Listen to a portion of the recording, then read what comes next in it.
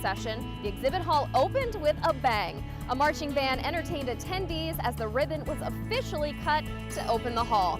After speaking at the opening session, Erik Weihenmayer signed copies of his book for attendees. We also had a chance to catch up with him.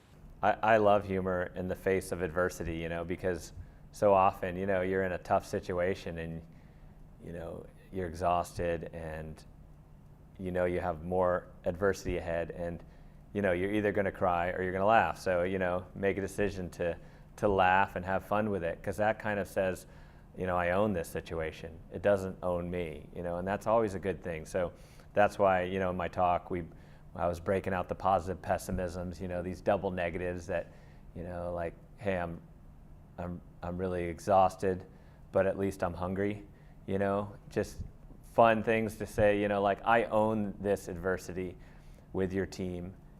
And so, yeah, and lots of humor in all our lives, like when you're blind and you walk into a girl's bathroom, or when, coming down from Aconcagua, I'm using my trekking poles and I kind of look like a big grasshopper, like, praying mantis, like using these poles and feeling my way. And one of the South American climbers ran over to us and he gave us some tea and he said, "Now I'll get doctor for your sick amigo."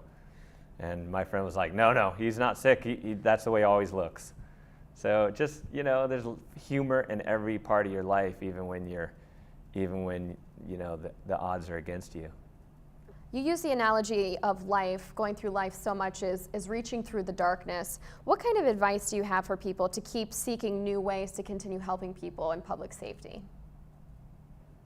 Well, obviously, when it's game time, you can't make a mistake. So that's a lot of pressure, right? And I feel like that too. I mean, there's certain moments in the mountains where I say, this is a don't fall, don't screw up moment. Like, it is not an option. Like on the south, it's like on the south summit or the Knife Edge Ridge on Denali, or excuse me, on Everest.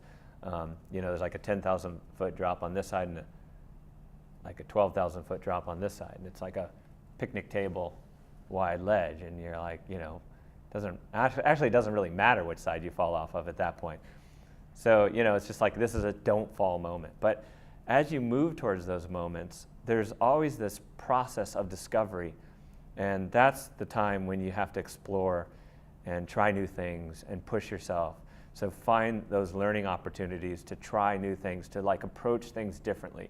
Because the mountains, the situation, they won't change. The only thing that can change is you and your approach. So I hate change, to be honest, but I force myself to try new things, because you never know when you stumble upon something that works incrementally better or maybe a huge breakthrough.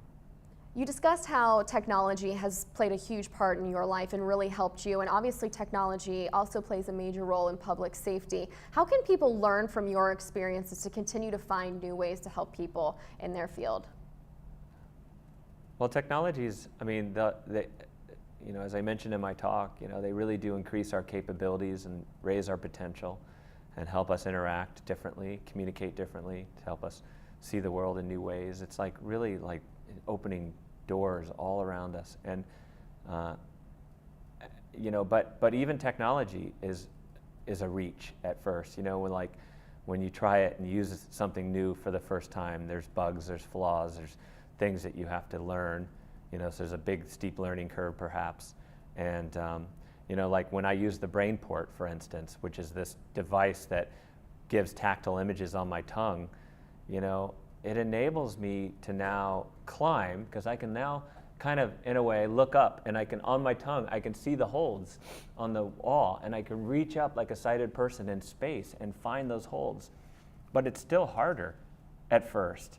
Believe it or not, I'm used to hanging and scanning my hand like a blind climber.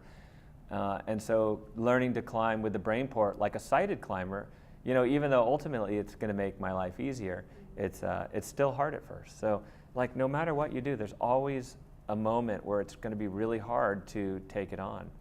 I was signing books and somebody came up to me, part of the public safety community, and she just said, I want to be an alchemist. And I talked about being an alchemist in the presentation, taking lead and turning it into gold. And that's a tough thing to do, as all great things are tough to do. And I told her hey, being an alchemist, don't put so much pressure on yourself. That doesn't mean that you're not going to like fall to the ground a few times and kick and scream and pity yourself and bleed and cry. You know, it's like, don't take away your humanity. You know, alchemy doesn't mean you're too tough to have weakness and vulnerability. You know, because that's always going to be the case for us as we try to perform alchemy in the world, as we try to, you know, take very tough situations, barriers, and turn them around and turn them into something great for the world. That's a hard process, and